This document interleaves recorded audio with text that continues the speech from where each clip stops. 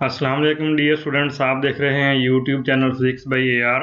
Dear students, आज के lecture के अंदर हम स्टडी करेंगे what is speed, what is velocity and what is difference between speed and velocity and what are the various types of velocity and what are the various types of speed. तो आइए आज का lecture start करते हैं।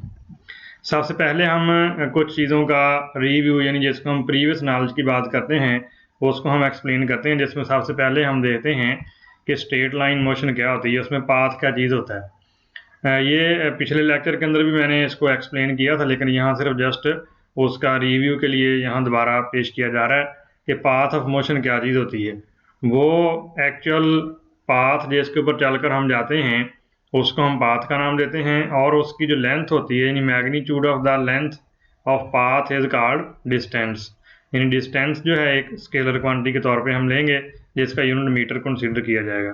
इसके लिए दोबारा ज़रा देख लें, एक आदमी है जो कि आपके सामने मूव करता हुआ नज़र आ रहा है, और ये 5 किलोमीटर जाता है ईस्ट की तरफ, और फिर ये 2 किलोमीटर जो है नॉर्थ टू ईस्ट जा रहा है।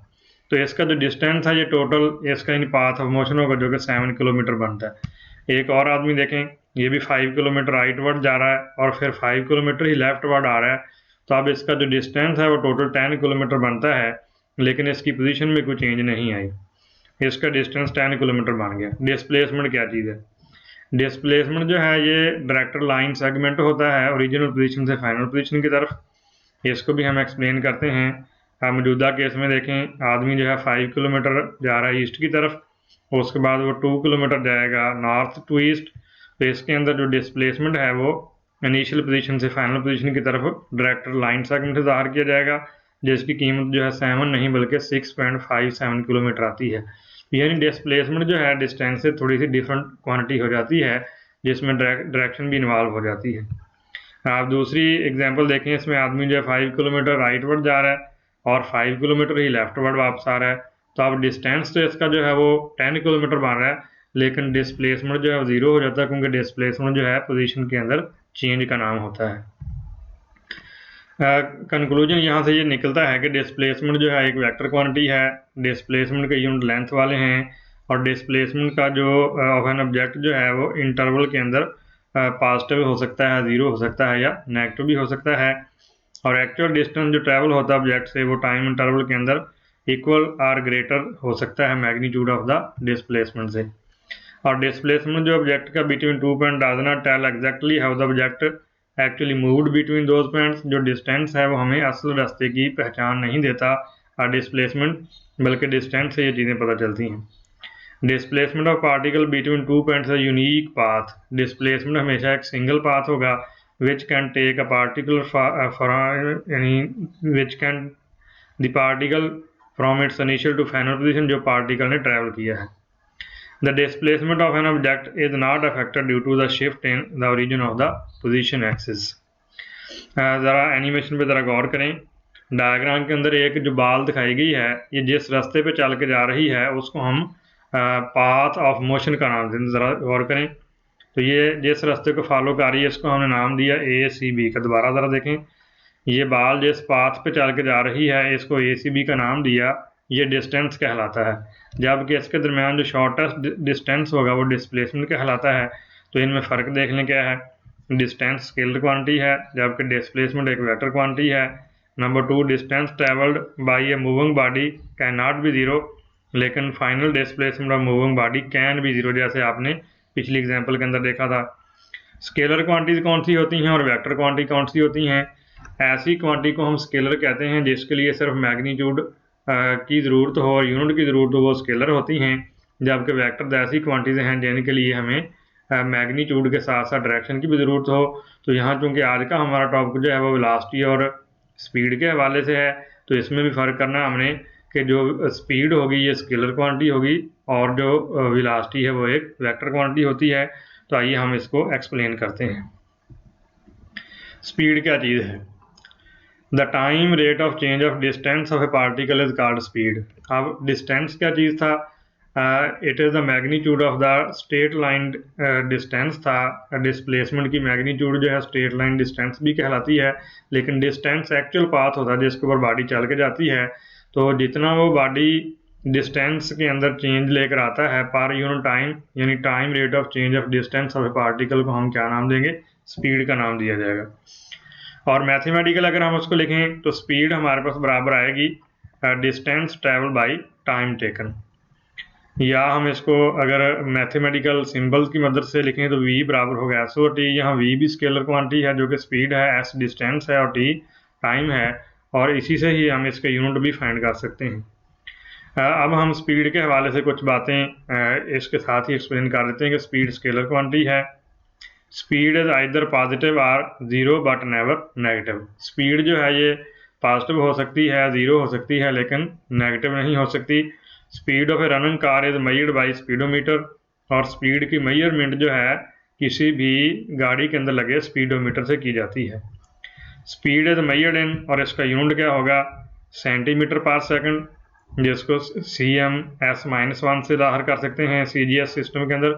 CGS क्या चीज़ है, सेंटीमीटर ग्राम सेकंड सिस्टम होता है यूनिट का, जबकि मीटर पर सेकंड या ms-1 in SI unit of units, and kilometre per hour, यानी किलोमीटर पर आवर को km/h भी लिखते हैं, या kilometre per hour in practical life when distance and time are involved are large.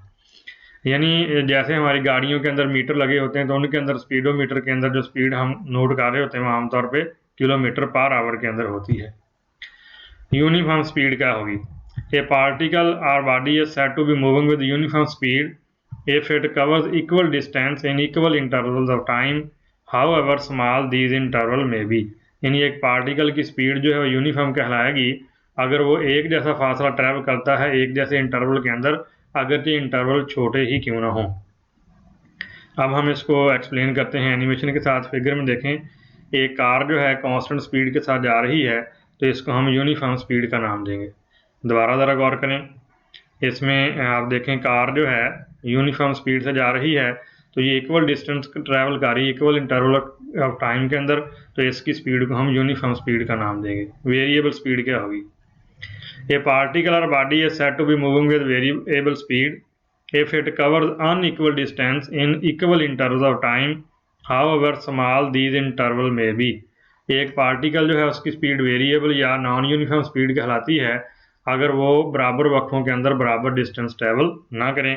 ज़रा देखिए एनिमेशन के अंदर ये कार दिखाई गई है तो इस कार की जो स्पीड है ये नॉन यूनिफॉर्म है। दोबारा देखें, ये कार जो है ये नॉन यूनिफॉर्म स्पीड से जा रही क्योंकि इसके इंटरवल डिफरेंट है और डिस्टेंस भी डिफरेंट है, तो ऐसी स्पीड को हम वेरिएबल स्पीड का नाम देते हैं। एवरेज स्पीड क्या होती है, When a body moves with variable speed, the average speed of the body is the ratio of the total distance traveled by the body to the total time taken। यानी अगर जितना body ने जो distance travel किया है उसके अंदर जितनी भी स्पीड्स हैं, वेरिएबल जो स्पीड्स हैं उनकी जो रेशो होगी टोटल डिस्टेंस और टोटल टाइम की, वो एवरेज स्पीड कहलाएगी। इसका फार्मूला ये बनेगा, एवरेज स्पीड हमारे पास बराबर आएगी total distance travel by total time taken. या हम इसको मैथमेटिकल लिखें तो हम लिख सकते हैं कि वी एवरेज इक्वल है s total over t total, यानी total distance over total time के बराबर इसको लिखा जा सकता है। इफ ए पार्टिकल कवर, ये कुछ स्पेशल केसेस हैं जो स्पेशल इंटरेस्ट के हैं, एमडी कैट के हवाले से ये बहुत ज़्यादा सवाल आते रहते हैं पेपरों के अंदर, तो ये स्पेशल केसेस हम इसको कह सकते हैं, या हम कह सकते हैं केसेस ऑफ स्पेशल इंटरेस्ट।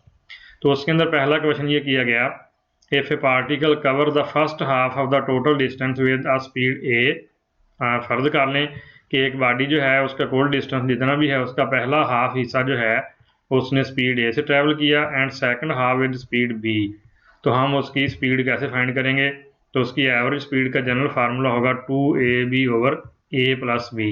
यानी अगर यहाँ पर हम a की जगह v1 ले लेते और b की जगह v2 ले लेते और वो हाफ हाफ होता, यानी पहला हाफ हिस्सा जो है उसने स्पीड v1 से ट्रैवल किया होता, दूसरा हाफ स्पीड v2 से ट्रैवल किया होता, तो फिर v average 2v1 v2 over v1 plus v2 होती। लेकिन यहाँ हम अज्यूम कर रहे हैं कि पहले हाफ के लिए स्पीड a थी या दूसरे हाफ के लिए स्पीड b थी, तो हमारे पास जो एवरेज स्पीड होगी वो 2ab over a plus b होगी।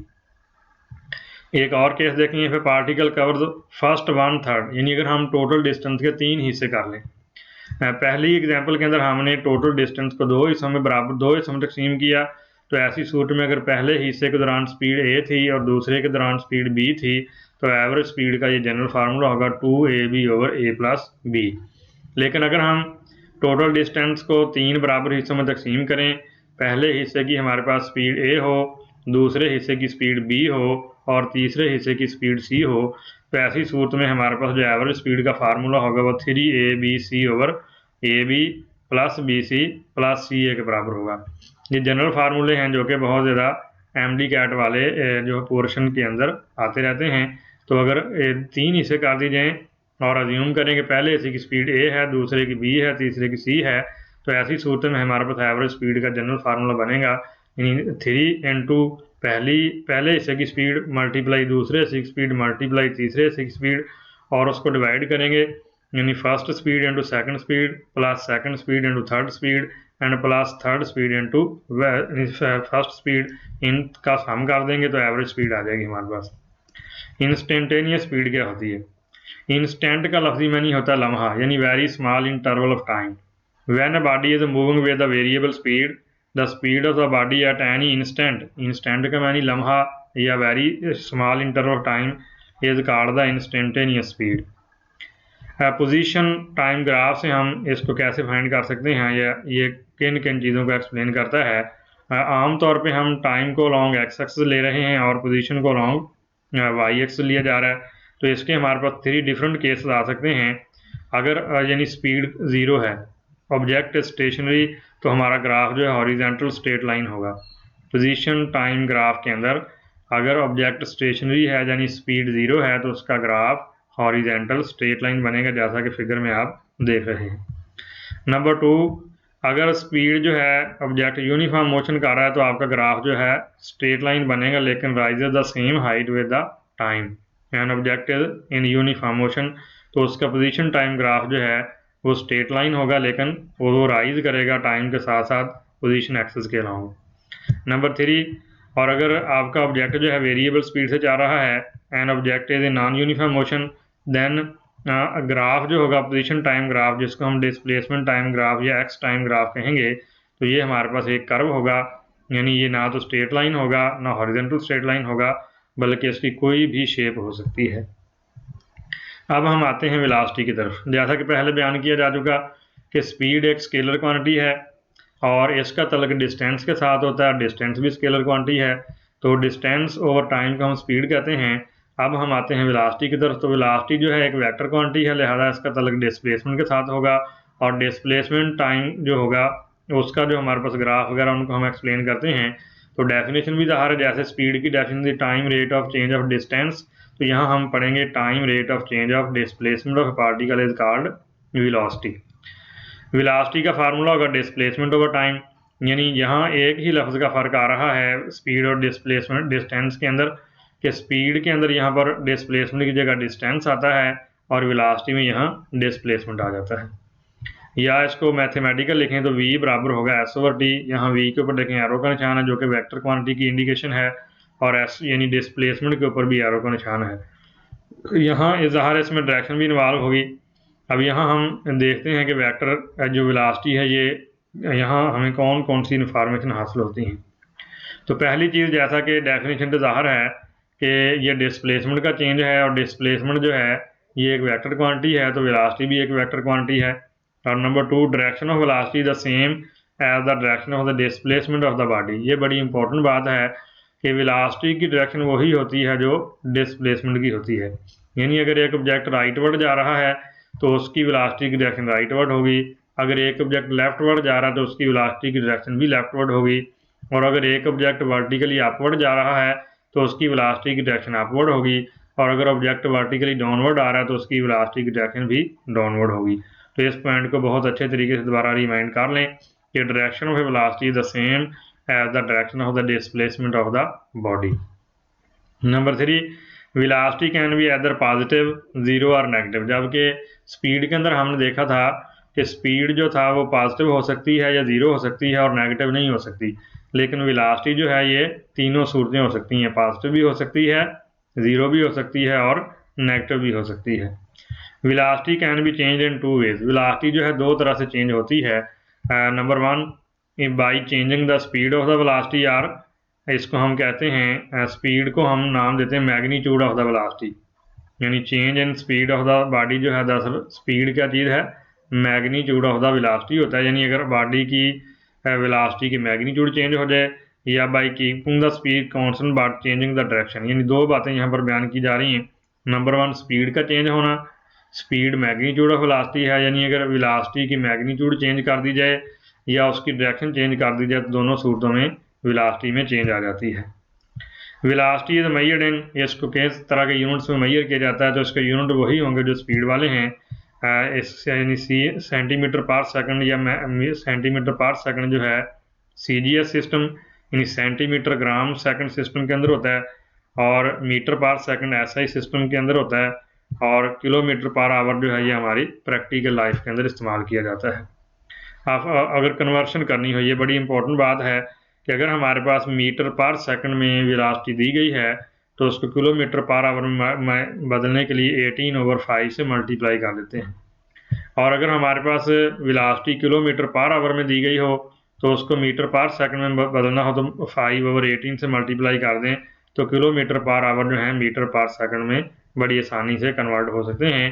तो ये की पॉइंट जो है अच्छे तरीके से रिमाइंड होना चाहिए, क्योंकि बहुत सारे हमारे ऐसे न्यूमेरिकल और बहुत सारी ऐसी एग्जांपल्स होती हैं जिनके अंदर स्पीड किलोमीटर पर आवर में दी गई होती है, लेकिन हमने उसको हल करना होता है मीटर पर सेकंड के हवाले से। यूनिफॉर्म वेलोसिटी क्या होती है?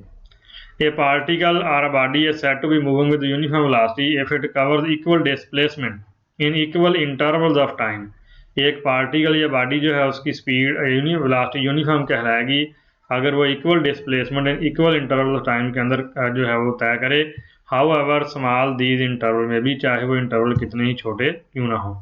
वेरिएबल वेलोसिटी क्या होगी? ए पार्टिकल और body is said to be moving with variable velocity if its speed or its direction are both changes with time. अगर उसकी यानी उसने दो बातें बयान की हैं दो, कि उसकी मैग्नीट्यूड चेंज हो जाए यानी स्पीड चेंज हो जाए या डायरेक्शन चेंज हो जाए या दोनों चेंज हो जाए तो वो वेलोसिटी वेरिएबल कहलाएगी। एवरेज वेलोसिटी क्या होगी? When a body moves with variable velocity, the average velocity of a body is the ratio of the total यानी net displacement covered by it to the total time taken। अब net का लफ्ज़ इसलिए इस्तेमाल किया गया क्योंकि डिस्प्लेसमेंट जो है पॉजिटिव भी हो सकता है, नेगेटिव भी हो सकता है और ज़ीरो भी हो सकता है, इसलिए टोटल की बजाय नेट का लफ्ज़ भी हम इस्तेमाल करते हैं। तो एवरेज वेलोसिटी बराबर होगी net displacement over total time taken, या इसको मैथमेटिकल फॉर्म में लिखें तो V एवरेज बराबर है total displacement over total time, S total over T total. तो इसके ऊपर वेक्टर का निशान इंडिकेट करता है, ये वेक्टर क्वांटिटी है और इसकी डायरेक्शन जो है in the direction of displacement होती है।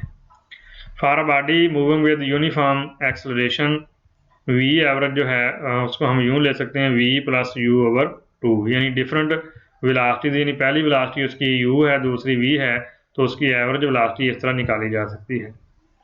Average velocity is also defined as the change in position or displacement delta x divided by the time interval delta t in which the displacement occur। यानी mathematical लिखें तो V average को यूँ भी लिख सकते हैं x2 minus x1 over t2 minus 1, या इसको delta x over delta t की फॉर्म में भी लिखा जा सकता है। देखें V एवरेज बराबर है delta x over delta t। Note, ये बात बड़ी काबिल गौर है, no effort or force is required to move the body with uniform velocity, यानी अगर कोई बॉडी यूनिफॉर्म वेलोसिटी से हरकत कर रहा है तो उसको हरकत देने के लिए किसी किस्म की फोर्स की ज़रूरत नहीं होती। If a particle undergo a displacement, ये इस पर कुछ स्पेशल इंटरेस्ट के क्वेश्चन आ गए हैं जिसके अंदर वेलोसिटी फाइंड करने का मेथड बयान किया जा रहा है, जिसमें नंबर 1 है, if a particle undergo the displacement S1 along a straight line in time T1। ये जो सवाल अभी आपके सामने एक्सप्लेन किया जा रहा है ये MCQs के हवाले से MD कैट के पेपर्स के अंदर बहुत ज़्यादा इस तरह के सवाल आते हैं, तो इनको ज़रा अच्छे तरीके से आपने समझने की कोशिश करना है। कहता है कि पार्टिकल का जो डिस्प्लेसमेंट S1 है स्ट्रेट लाइन के लॉन्ग और उसका टाइम T1 है, और फिर दूसरा डिस्प्लेसमेंट S2 है, टाइम T2 है सेम डायरेक्शन के अंदर, तो ऐसी सूरत में उनकी एवरेज स्पीड का ये जनरल फार्मूला हमारे पास आएगा S1 पहला डिस्प्लेसमेंट प्लस S2 दूसरा डिस्प्लेसमेंट ओवर पहले डिस्प्लेसमेंट का टाइम प्लस दूसरे डिस्प्लेसमेंट का टाइम। तो इस तरह हम एवरेज वेलोसिटी निकाल सकते हैं अगर हमारे पास दो डिफरेंट डिस्प्लेसमेंट डिफरेंट टाइम के अंदर ट्रैवल हुए हों तो उनकी एवरेज वेलोसिटी का जनरल फार्मूला वी एवरेज बराबर होगा S1 plus S2 over T1 plus T2। Number 2, if a particle undergo the displacement x1 along a straight line with velocity v1 and displacement s2 with velocity v2 in the same direction, तो उसके लिए हमारे पास general जो formula होगा V average बराबर होगा S1 plus S2 into V1 V2 over S1 V2 plus S2 V1। ये यानी डिफरेंट केसेस के अंदर एवरेज वेलोसिटी निकालने के आप कह सकते हैं कि हिस्से हैं। पहले हिस्से के अंदर ये बात बयान की गई है कि अगर T1 टाइम के अंदर डिस्प्लेसमेंट S1 हो और T2 टाइम के अंदर डिस्प्लेसमेंट S2 हो, तो उसकी एवरेज वेलोसिटी जो है वो इस फार्मूले से निकलेगी S1 यानी पहला डिस्प्लेसमेंट प्लस S2 दूसरा डिस्प्लेसमेंट और डिवाइडेड बाई पहला टाइम इंटरवल T1 प्लस दूसरा टाइम इंटरवल T2। लेकिन दूसरे केस के अंदर ये बात बयान की गई कि अगर एक ऑब्जेक्ट जो है उसका पहला डिस्प्लेसमेंट S1 है और उसकी वेलोसिटी V1 है और सेकंड डिस्प्लेसमेंट जो है S2 है और उसकी वेलोसिटी V2 है, तो उसका जनरल फार्मूला देखें वी एवरेज बराबर होगा टोटल डिस्प्लेसमेंट यानी S1 plus S2 into V1 first velocity into V2 second velocity, लेकिन डिवाइडेड बाई क्या होगा S1 V2 यानी पहला डिस्प्लेसमेंट मल्टीप्लाई सेकंड वेलोसिटी और प्लस S2 मल्टीप्लाई V1 यानी second displacement multiply first velocity. Case C, if a particle travel the first half of the displacement along a straight line with velocity v1 and the next half of the displacement with velocity v2 in the same direction, then यानी ये ऊपर वाला ही case है लेकिन समझ लें कि उसका स्पेशल फार्म बना दिया गया। यानी यहाँ पर जो डिस्प्लेसमेंट है उसको दो बराबर हिस्सों में तकसीम कर दिया गया, या यहाँ यूँ समझ लें कि यहाँ पर हमने S1 और S2 लिखा था ऊपर वाले फार्मूले के अंदर, तो यहाँ पर हमारा जो डिस्प्लेसमेंट है बराबर हिस्सों में तकसीम हो गया, तो S1 बराबर S2 लिखा जा सकता है। यानी दोनों को S1 की जगह S2 और S2 की जगह S1 या दोनों को S लिखा जा सकता है। तो फिर हमारे पास जनरल फार्मूला होगा वो इस तरह लिखा जाएगा, V एवरेज बराबर हो जाएगा 2V1 V2 over V1 plus V2। अब इसमें हुआ क्या है कि जस्ट डिस्प्लेसमेंट को दो बराबर हिस्सों में तकसीम किया, जबकि ऊपर जनरल वन था कि कोई भी डिस्प्लेसमेंट है S1 और S2, तो अब अगर S1 S2 को S लिखें तो ये S जमा S2S बनेगा और नीचे से भी S कॉमन आ जाएगा, तो 2 यहाँ रह जाएगा, बाकी जो 2V1 V2 की शक्ल में आ गया और नीचे जो है S वो ऊपर वाले S से कैंसिल आउट हो जाएगा, जिसके नतीजे में हमारे पास जनरल फार्मूला आ गया। नोट भी यहाँ दिया गया in the case be put S1 is equal to S2, यानी अगर हमारा पहला डिस्प्लेसमेंट दूसरे डिस्प्लेसमेंट के बराबर है और पहले डिस्प्लेसमेंट के लिए जो वेलोसिटी V1 है और दूसरे के लिए वेलोसिटी V2 है, तो उसकी एवरेज वेलोसिटी जो है वो जनरल फार्मूले के मुताबिक आ जाएगी 2V1 V2 over V1 plus V2। Case D, if a particle travelled for a time T1 with velocity V1 and time T2 with velocity V2 in the same direction, अगर particle जो है पहले time interval के अंदर उसकी velocity V1 थी, दूसरे time interval के अंदर उसकी वेलोसिटी V2 है, तो ऐसी सूरत में एवरेज वेलोसिटी हमारे पास आएगी V1 T2 plus V2 T2 over T1 plus T2।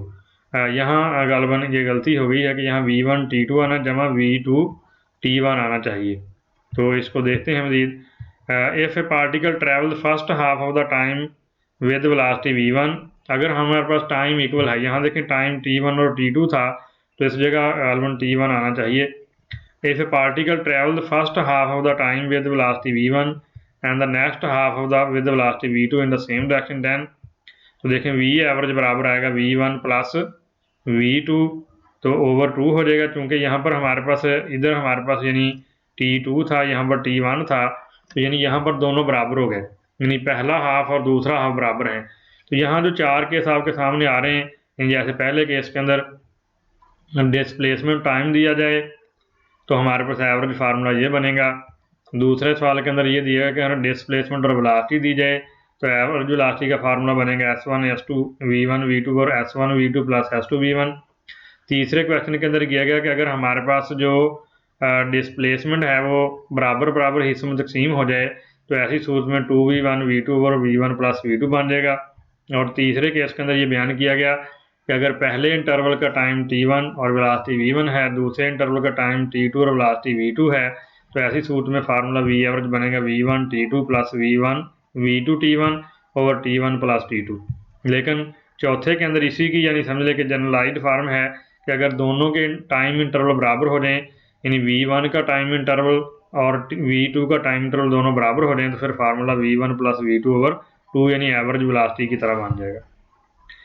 In the case put T1 is equal to T2, यानी इस केस के अंदर ही T1 को T2 तक दिखा दिया गया। एवरेज वेलोसिटी क्या होगी? ग्राफ से ज़रा देखें, हमारे पास पोजीशन टाइम ग्राफ है, ये हमारे पास एक कर्व है, यानी अगर हमारे पास वेलोसिटी जो यूनिफॉर्म नहीं है और उसका ग्राफ ज़ाहिर स्ट्रेट लाइन बनेगा, तो ऐसे ग्राफ से एवरेज वेलोसिटी कैसे फाइंड की जा सकती है? इसके अंदर हम डिफरेंट पॉइंट्स लेते हैं। फॉर एग्जांपल हमारा पहला पॉइंट जो है वो P1 है, जैसा कि डायग्राम में आप नज़र आ रहा है आपको, ये पॉइंट P1 है। दूसरा इसके जो पोजीशंस हैं, यानी पॉइंट P1 का जो वर्टिकल डिस्टेंस है वो x1 है और हॉरिजॉन्टल जो है T1 है। एक और पॉइंट P2 अज्यूम करते हैं इसी ग्राफ के ऊपर, इसके भी जो डिस्टेंसेस हैं अलॉन्ग x एक्सिस जो है इसका टाइम T2 है और y एक्सिस के लॉन्ग x2 है, पोजीशन के लॉन्ग। तो ये हमारे पास जो है एक ट्राइंगल बन जाएगी P1 से लेकर P2 के दरमियान, यानी हमने इसका यानी एवरेज लेना है। तो इसको हम the slope of the P1 P2 give the average velocity. Slope क्या चीज़ होती है? ये आमतौर पे यानी रेशो होती है बिटवीन वर्टिकल डिस्प्लेसमेंट यानी डेल्टा वाई और डेल्टा एक्स, या हम tan थीटा से भी इसको आमतौर पे ज़ाहिर करते हैं। यूनिफॉर्म वेलोसिटी क्या होती है? दोबारा ग्राफ देखें, इसके अंदर हमारा ग्राफ हॉरिजॉन्टल स्ट्रेट लाइन है, तो इट मीन के वेलोसिटी कांस्टेंट है। तो XT ग्राफ यानी displacement time graph for stationary object, यानी यहाँ पर वेलोसिटी कांस्टेंट रहे या ज़ीरो रहे, तो ऐसी सूरत में ग्राफ हॉरिजॉन्टल स्ट्रेट लाइन होगा। दूसरा ग्राफ देखें, ये आपके पास इसमें वेलोसिटी जो है वो इंक्रीज हो रही है यूनिफॉर्म वेलोसिटी के साथ जा रहा है चीज़। तो यहाँ XT graph for an object with positive velocity, यहाँ स्टेशनरी ऑब्जेक्ट के लिए है और यहाँ वेलोसिटी पॉजिटिव है, यानी velocity is increasing with the time, इसको यूनिफॉर्म वेलोसिटी भी कहते हैं। यहाँ XT को हम डिस्प्लेसमेंट टाइम ग्राफ का नाम दे सकते हैं। तीसरा ग्राफ देखें, इसमें आप देख रहे हैं कि यानी वैल्यू जो है ऊपर से दोबारा देख लें आप कि ये ग्राफ जो है यानी हाईएस्ट पोजीशन से लोएस्ट पोजीशन की तरफ आ रहा है, तो ये नेगेटिव वेलोसिटी को इंडिकेट करता है, यानी टाइम के साथ साथ वेलोसिटी के अंदर कमी आ रही है। तो इसको हम कहेंगे displaced time graph for an object with negative velocity. तो ये ग्राफ जो है इनकी पहचान आपने रखनी है। अगर आपका ग्राफ जो है वो स्ट्रेट लाइन आ रहा है, डिस्प्लेसमेंट टाइम ग्राफ, तो ऑब्जेक्ट स्टेशनरी है। अगर ग्राफ जो है वो स्ट्रेट लाइन है लेकिन rises the same height with time है, तो फिर ऐसी सूरत में वेलोसिटी पॉजिटिव होगी। और अगर आपका ग्राफ यानी हाईएस्ट पोजीशन से लोएस्ट पोजीशन की तरफ आ रहा है, तो वेलोसिटी नेगेटिव होगी। इनके दरमियान डिफरेंस क्या है? Difference between speed and velocity. Speed is the time rate of change of distance of the body है, जबकि वेलोसिटी क्या चीज़ है? Time rate of change of displacement of the body है। जो speed of tells nothing about the direction of the motion of the body. Speed हमें उसकी direction के मतलब नहीं बताती, लेकिन velocity tells the direction of motion of the body. Speed is a scalar quantity और velocity is a vector quantity. Speed of the body can be positive or zero. Speed positive भी हो सकती है और जीरो भी हो सकती है, लेकिन velocity of the body can be positive, zero और नेगेटिव। इसमें तीन सूरतें हैं, पॉजिटिव भी हो सकती है, जीरो भी हो सकती है और नेगेटिव भी हो सकती है। Average speed of a moving body can never be zero. Average speed zero नहीं हो सकती, लेकिन average velocity of moving body can B zero. वजह वही डिस्प्लेसमेंट वाली है, जैसा कि डिस्टेंस जो है वो ज़ीरो नहीं हो सकता, वो पॉजिटिव होता है, नेगेटिव भी नहीं होता। ऐसे ही जो डिस्प्लेसमेंट है ये ज़ीरो भी हो सकता है, पॉजिटिव भी हो सकता है और नेगेटिव भी। ज़ाहिर है जब डिस्प्लेसमेंट ज़ीरो हो जाएगा तो वेलोसिटी ज़ीरो हो जाएगी, लेकिन जो स्पीड है वो ज़ीरो नहीं हो सकती। इंस्टेंटेनियस वेलोसिटी क्या होती है? When a body is moving with variable velocity, the velocity of the body at any instant, instant का मानिए किसी भी लम्हे, एक खास टाइम के लिए जो वेलोसिटी होती है उसको इंस्टेंटेनियस वेलोसिटी कहते हैं। The velocity of any instant is defined as the limit of the average velocity at the time interval delta t becomes infinitesimally small। यहाँ जो infinitesimally का लफ्ज़ी मानिए वेरी वेरी, यानी अगर टाइम इंटरवल बहुत ही छोटा हो जाए तो उस टाइम इंटरवल के अंदर जो वेलोसिटी मेजर की जाती है वो इंस्टेंटेनियस वेलोसिटी कहलाती है। फार्मूला देखें तो v बराबर लिखेंगे limit delta t approaches to zero delta x और डेल्टा टी, यानी इसको कहेंगे v इंस्टेंटेनियस बराबर है limit delta t approaches to zero delta x और डेल्टा टी, या v बराबर है dx/dt। अब हम इसको ग्राफ की मदद से एक्सप्लेन करते हैं कि किसी भी ग्राफ से इंस्टेंटेनियस वेलोसिटी कैसे निकाली जाती है। तो ये हमारे पास कोई भी पोजीशन डिस्प्लेसमेंट ग्राफ है या डिस्प्लेसमेंट टाइम ग्राफ है। Suppose we want to calculate the instantaneous velocity at the point P at an instant T। तो उसके लिए हम इसके ऊपर मुख्तलिफ पॉइंट्स लेते हैं। फॉर एग्जाम्पल पहला पॉइंट हमारा P है और इसके सामने जो टाइम इंटरवल है वो T है, और दूसरा हमारा पॉइंट P1 है, इसके सामने जो इंटरवल आ रहे हैं टाइम T1 है और पोजीशन जो है वो x1 है या डिस्प्लेसमेंट x1 बन रहा है। एक और पॉइंट P2 लेते हैं, तो P2 का जो हमारे पास डिस्प्लेसमेंट है वो x2 है और टाइम T2 है। तो इनको हम एक लाइन से मिला दें तो हमारे पास P1 और P2 के दरमियान एवरेज वेलोसिटी आ जाएगी। लेकिन अगर हम क्या करें कि ये P2 पॉइंट और P1 पॉइंट को इस पॉइंट P के करीब लेते चले जाएं, हत्ता कि हम इतने करीब चले जाएं कि एग्जैक्ट पॉइंट P के ऊपर चले जाएं, तो फिर यहाँ पर पॉइंट P के ऊपर जैसे यहाँ पर ये लाइन लग रही है, इसको हम कॉर्ड कहते हैं, तो फिर वो पॉइंट आपका जो है यहाँ पर टेंजेंट की डायरेक्शन में हो जाएगा पॉइंट के ऊपर, और उस टेंजेंट की जो स्लोप होगी वो पॉइंट P का इंस्टेंटेनियस वेलोसिटी होगी। दोबारा देखें ज़रा Majeed, the slope of the P1 P2 at time T1 and T2 with interval delta T फ्रॉम T that is T1 to T minus delta T and T2 से T plus delta T। यानी ये देखें यहाँ पर टाइम T है, T से ऊपर वाला जो टाइम है वो बन रहा है हमारा डेल्टा T, और नीचे वाला जो है वो भी डेल्टा T बन रहा है। एक में T के अंदर यानी माइनस कमी हम शो करवा रहे हैं कि यहाँ टाइम कम हो रहा है इधर को, यानी इस T से इस तरफ को आए तो टाइम में कमी, और इस T से इधर को जाए तो टाइम में इजाफा, तो इसके टाइम को हम डेल्टा T ले रहे हैं। Give the average velocity at point P। अब हम एक और पॉइंट P3 लेते हैं। जैसा कि मैंने पहले बयान किया था कि हम पॉइंट्स को P के करीब लेते चले जाएंगे। पहले हमने पॉइंट P1 और P2 लिया था, अब हमने P3 पॉइंट जो है पॉइंट P के मज़ीद करीब ले लिया। तो इस पॉइंट के ऊपर टाइम T3 और डिस्प्लेसमेंट x3 है। इसके ऊपर एक और पॉइंट P4 ले लें, तो P4 जो है वो देखें वो भी पॉइंट P के ज़्यादा करीब आ गया। इसके ऊपर जो टाइम T4 और x4 जो है डिस्प्लेसमेंट है, तो अगर हम यही स्टेप्स जो हैं मज़ीद इनको आगे बढ़ाते चले जाएं और आखिरकार हम जो है P3 P4 के बाद P5 P6 लें और वो पॉइंट्स जो हैं पॉइंट P के करीब आते चले जाएं, तो जैसे जैसे टाइम इंटरवल डेल्टा T कम होता चला जाएगा, हत्ता कि हमारा डेल्टा T जो इतना कम हो जाए कि वो अप्रोच टू ज़ीरो हो जाए, तो हम एग्जैक्ट पॉइंट P के ऊपर तकरीबन आ जाएंगे। और उस वक्त जो हमारा ग्राफ होगा, जो हमारा जो स्लोप बनेगी वो पॉइंट P की स्लोप होगी जो कि टेंजेंट की स्लोप के बराबर हो जाएगी। तो ये देखें हमारा जो यानी डेल्टा x है और कम हो गया और डेल्टा T भी और कम हो गया। तो कहता है the slope of P3 P4 at T3 and T4 with interval of delta T over 2 from T that is T3 से T minus delta T over 2, यानी हमने इनको मजीद हाफ कर दिया। एंड T4 जो T plus delta T over 2 gives the average velocity at point P which is the closer value to the instantaneous value. यानी अब हम मजीद इंस्टेंटेनियस वैल्यू के करीब आ गए हैं। तो पास हम अगर प्रोसीडन ये तरीका जो है हम अपनाते चले जाएं, हम यानी मुसलसल जो है इन पॉइंट्स को पॉइंट P के करीब लेते चले आएँ, तो आखिरकार हम ऐसी वैल्यू तक पहुंच जाएंगे जिसको हम इंस्टेंटेनियस का नाम देंगे। प्रोसीडिंग दिस वे, इसी तरीके से हम आगे चलते हुए डेल्टा T में be gradually reduce to approach zero. हम डेल्टा T को इतना कम कर दें कि वो कम होते होते ज़ीरो के करीब चला जाए, that is delta T approaches to zero to get the actual value of the instantaneous velocity. तब हमारे पास इंस्टेंटेनियस वेलोसिटी। हाँ जी डियर स्टूडेंट्स, आज का हमारा लेक्चर जो है वो मुकम्मल हुआ। आज के लेक्चर के अंदर हमने जो चीज़ें डिस्कस की उनमें वेलोसिटी थी, वेलोसिटी की टाइप्स थी, और इसके अलावा स्पीड और स्पीड की टाइप्स और उनके दरमियान कंपैरिजन किया गया था। डियर स्टूडेंट्स, अगर आपको मेरा ये लेक्चर पसंद आया तो इसको लाइक करें, शेयर करें और मेरे चैनल को सब्सक्राइब कर दें ताकि आने वाली नेक्स्ट वीडियो जो है आप तक पहुँच सके। अस्सलाम वालेकुम वरहमतुल्लाहि वबरकातुहू।